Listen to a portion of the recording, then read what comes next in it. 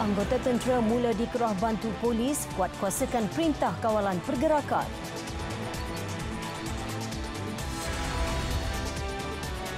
JAKIM tubuh pasukan khas urus jenazah mangsa COVID-19.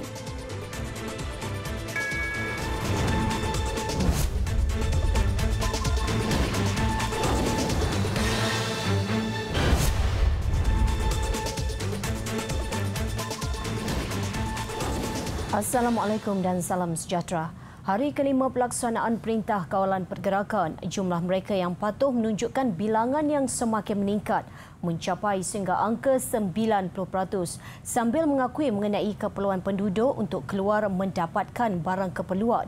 Kita sekali lagi dinasihatkan supaya mematuhi arahan dikeluarkan Kementerian Kesihatan, terutama dalam bab pemakaian topeng mulut dan hidung serta penjarakan sosial sekurang-kurangnya 1 meter jauh dari individu terdekat.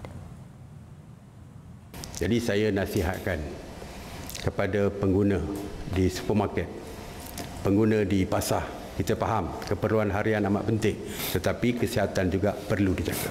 Tolong renggangkan. Dan untuk itu, kita telah pun bersetuju supaya pihak polis dan pihak tentera untuk berada di kawasan pasar dan juga di kawasan supermarket. Akan dibantu oleh pihak berkuasa tempatan. Menurut Datuk Seri Ismail Sabri, tugas pemantauan akan turut dibantu Majlis Keselamatan Negeri sehingga kini 1,462 anggota rela dan 3,000 anggota pertahanan awam sudah digerakkan bagi membantu usaha itu.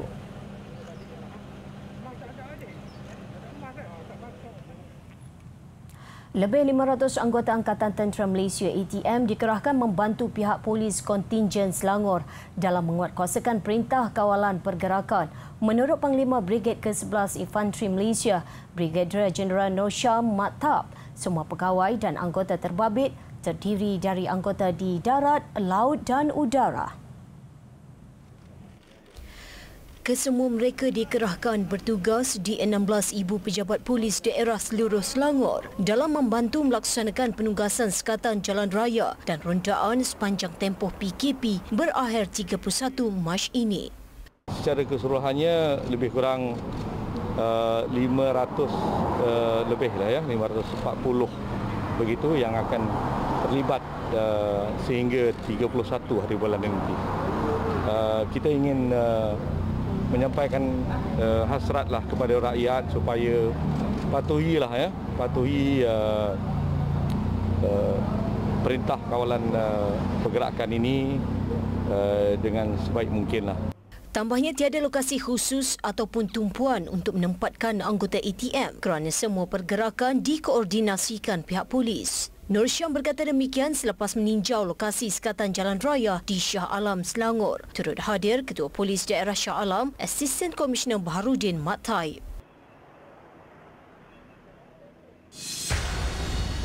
Di Terengganu, lebih 380 anggota tentera terbabit bersama-sama pasukan polis menjalankan pelaksanaan Perintah Kawalan Pergerakan. Ketua Polis Negeri Datuk Rosli Cik ketika dihubungi berkata anggota tentera terbabit mula bertugas jam 4 petang tadi. Setakat ini 27 sekatan jalan raya dibuat dan jumlahnya dijangka bertambah dengan adanya pembabitan pihak tentera. Menurut Datuk Rosli, tahap pematuhan rakyat Terengganu kini berada di tahap 80 hingga 85%.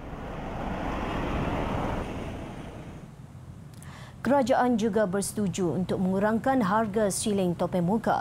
Menurut Menteri Kanan Kluster Keselamatan MKN Datuk Seri Ismail Sabri Yaakob, harga RM2 yang ditetapkan Kementerian Perdagangan Dalam Negeri dan Hal Ehwal Pengguna 2 hari lalu masih terlalu tinggi dan turut tidak dipersetujui oleh Perdana Menteri Tan Sri Muhyiddin Yassin.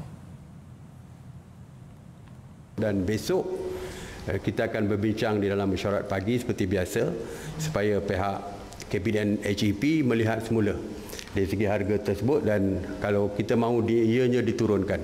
Kalau boleh diturunkan lebih banyak lagi. Mungkin diturunkan sehingga ke paras yang telah pun ditetapkan peringkat awal lagi. Mengulas lanjut, beliau berkata kerajaan sedang berusaha untuk mengimport lebih banyak topeng muka buat penduduk di negara ini. Ujar beliau, 10 juta topeng muka dari China yang dibeli oleh kerajaan akan diedarkan mengikut keutamaan. Antaranya petugas hospital, polis, tentera dan rela. Manakala selebihnya akan diagihkan ke kawasan yang telah dikenal pasti berisiko tinggi.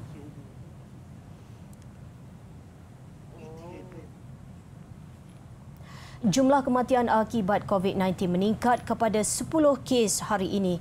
2 kes terbaru yang dilaporkan itu membabitkan seorang doktor yang mempunyai sejarah perjalanan ke Turki dan seorang lagi ialah daripada jemaah yang menyertai Perhimpunan Tabligh di Sri Petaling Ibu Negara pada 28 Februari lalu. Ketua Pengarah Kesihatan Dato' Dr. Nur Hisham Abdullah dalam sidang medianya petang tadi berkata, hari ini sejumlah 123 kes baru positif COVID-19 turut dilaporkan. Ini menjadikan jumlah kes positif COVID-19 di negara ini meningkat kepada 1,306 kes setakat ini.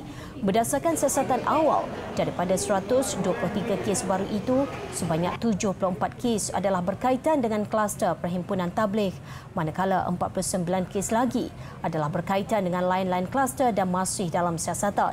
Tambah Dato' Dr. Nur Hisham, daripada jumlah 1,306 kes yang dilaporkan setakat ini, 46 kes sedang dirawat di ICU dengan 22 daripadanya memerlukan bantuan pernafasan.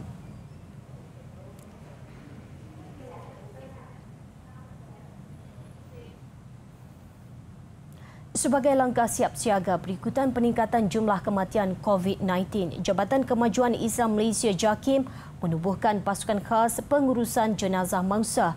Timbalan Ketua Pengarah Bahagian Dasar JAKIM, Hakimah Muhammad Yusof berkata, pasukan ditubuhkan sejak wabak itu melanda negara, diberi taklimat dan penerangan mengenai kaedah pengurusan jenazah secara khas. Tambah Hakimah, ia berpandukan pandangan hukum diputuskan oleh Muzakarah Khas Majlis Kebangsaan bagi Hal Ehwal Agama Islam Malaysia MKI pada 15 Mac lalu. Pengurusan jenazah mangsa COVID-19 mengguna pakai keputusan Muzakarah Jawatankuasa Fatwa MKI kali ke-107 mengenai hukum pengurusan jenazah orang Islam yang disyaki atau disahkan dijangkiti virus Ebola di Malaysia. Pandangan itu telah mendapat perkenan Yang di-Pertuan Agong Al-Sultan Abdullah Riayatuddin Al-Mustafa Billah Shah. Seramai 18 petugas khas pengurusan jenazah sudah diarah bersiap sedia. Ia terdiri daripada 12 lelaki dan 5 perempuan melibatkan pegawai dari JAKIM, Masjid Utama di bawah JAKIM serta Jabatan Agama Islam Wilayah Persekutuan Jawi.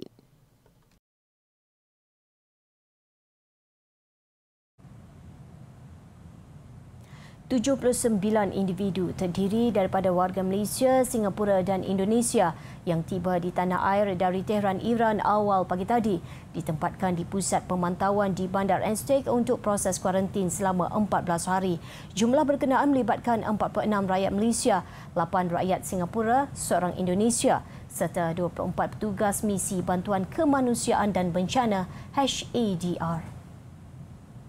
Dahulu pesawat AirAsia yang disewa khas untuk membawa pulang rakyat Malaysia berkenaan selamat tiba di lapangan terbang Kuala Lumpur KLIA jam 6.35 pagi tadi. Kesemua mereka telah melalui proses saringan kesihatan di unit kecemasan udara EDU sebagai langkah keselamatan. Mereka kemudian dibawa menaiki bas ke pusat pemantauan dengan diiringi kenderaan polis. Sebanyak 4 buah bas digunakan untuk memindahkan kesemua rakyat Malaysia dan penumpang serta petugas bagi menjalani tempoh kuarantin selama 2 minggu bermula hari ini.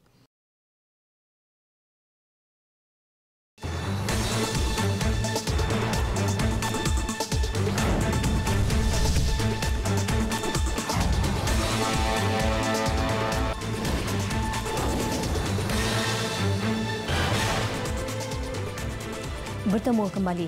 Seorang mekanik direman 4 hari oleh Mahkamah Magistrate Alor kerana mengeluarkan kenyataan menghina polis yang menjalankan tugas ketika perintah kawalan pergerakan di Jitra Kedah. Lelaki berusia 32 tahun itu ditahan sepasukan anggota polis jam 9.25 malam semalam. Perintah reman dikeluarkan Magistrate Muhammad Zulhilmi Latif. Kes disiasat Konstitusi 233 Akta Komunikasi dan Multimedia 1998. Ketua Polis Daerah Kubang Pasu, Superintendent Muhammad Ismail berkata, lelaki itu ditahan selepas anggotanya menerima maklumat melalui aplikasi WhatsApp berkaitan status yang memburukkan imej polis di media sosial petang semalam. Berdasarkan maklumat yang diperolehi, anggota polis kemudian menyerbu rumah sewa suspek di Taman Desa Murni. Polis turut merampas sebuah telefon bimbit dan kad SIM milik lelaki itu untuk membantu siasatan. Tindakan tegas diambil kerajaan terhadap penyebaran berita tidak sahih sehingga menimbulkan kekeliruan orang awam semasa pelaksanaan Perintah Kawalan Pergerakan. Menteri Komunikasi dan Multimedia Malaysia, Datuk Saifuddin Abdullah berkata, 42 kes sedang disiasat dengan 13 kertas siasatan telah dibuka. 6 daripadanya telah mendapat arahan tuduh di bawah Seksyen 505(B) Kanun Keseksaan. Menerusi kenyataan di laman Twitternya, beliau berkata tindakan itu dibuat menerusi Suruhanjaya Komunikasi dan Multimedia Malaysia SKMM dengan kerjasama pihak polis. Beliau turut mendedahkan contoh-contoh berita palsu. Antaranya dakwaan Kementerian Pertahanan meminta bantuan veteran untuk menguatkuasa Perintah Kawalan Pergerakan. Juga nota suara yang mendakwa anggota tentera diberi kuasa pukul orang awam. Datuk Saifuddin berkata sesiapa yang menyebabkan ketakutan atau kegentaran awam atau kepada mana-mana golongan awam, hukuman penjara sehingga 2 tahun atau denda atau kedua-duanya sekali boleh dikenakan muka Seksyen 505(B) Kanun Keseksaan. Mereka yang menyebarkan kandungan bersifat lucah, palsu dan mengancam orang lain pula boleh didenda tidak lebih RM50,000 atau dipenjara tidak lebih 1 tahun atau kedua-duanya sekali di bawah Seksyen 233 Akta Komunikasi dan Multimedia 1998.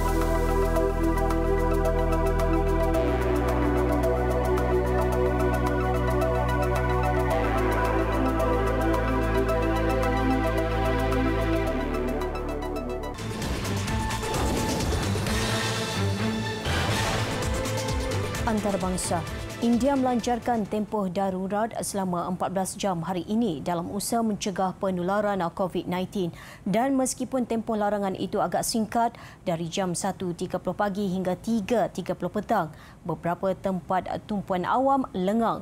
Antara yang terkesan stesen kereta api, stesen bas, pasar-pasar dan tempat ibadat.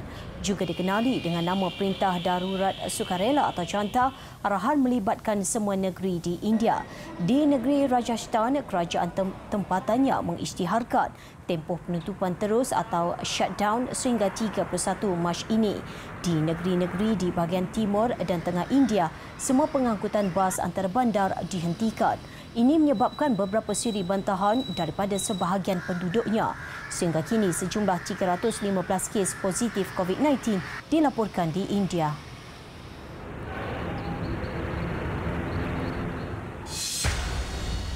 Lagi mengenai COVID-19, sebuah pusat beli belah terbesar di Iran atau dikenali sebagai Iran Mall akan ditukar kepada hospital sementara. Sebaik siap semua mangsa COVID-19 di Iran akan ditempatkan di sini.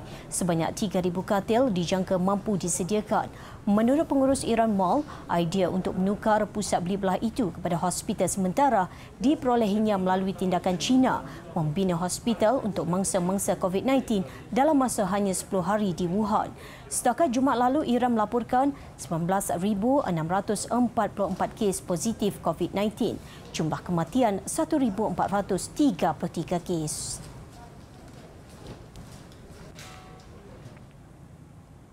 Kerana COVID-19, walaupun yang sebenarnya cuma kabar angin, banduan sesama banduan bergaduh. Kejadian berlaku di penjara Anuradhapura, Sri Lanka. Kumpulan banduan terbabit dikatakan bimbang virus itu merebak ke dalam penjara. 2 orang mati manakala 3 lagi cedera dalam pergaduhan itu. Kebimbangan mereka tidak berasas. Ujar mendapati tiada seorang pun di kalangan banduan terbabit positif COVID-19. Apa yang berlaku, 110 orang dari Sri Lanka ditangkap kerana melanggar perintah darurat sebagai menangani COVID-19. Sri Lanka melaporkan mempunyai 76 kes positif setakat ini.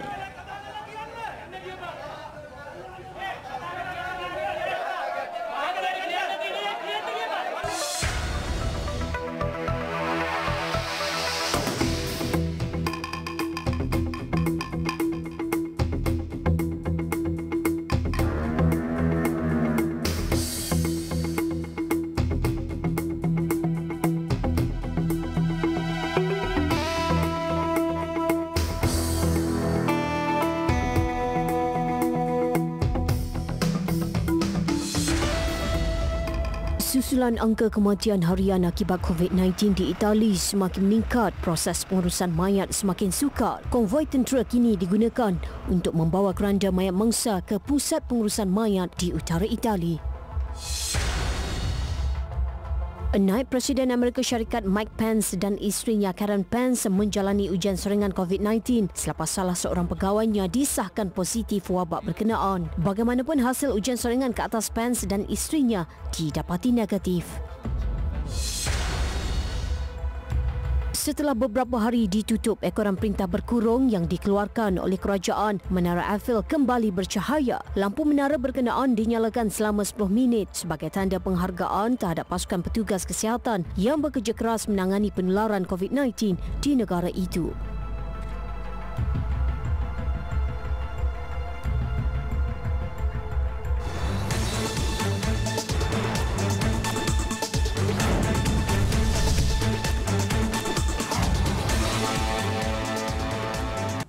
Transformasi yang disampaikan melalui drama bukan sahaja lebih dekat dengan penonton tetapi juga memberi motivasi kepada mereka untuk berubah ke arah yang lebih positif.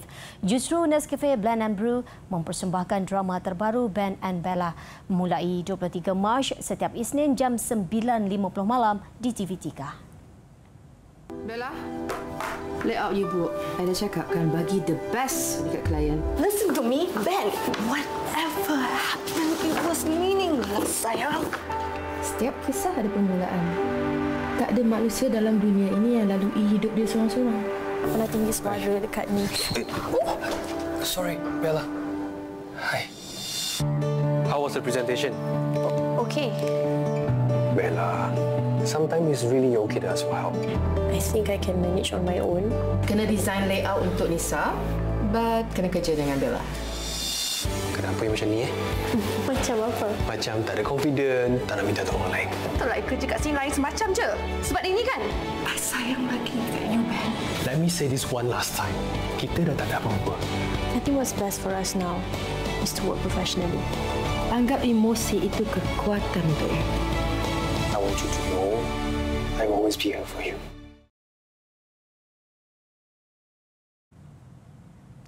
Sekian berita TV9 malam ini. Nasihat daripada kami, patuhi perintah kawalan pergerakan demi kesejahteraan bersama. Saya Suzila Ida Yaakob. Assalamualaikum dan selamat malam.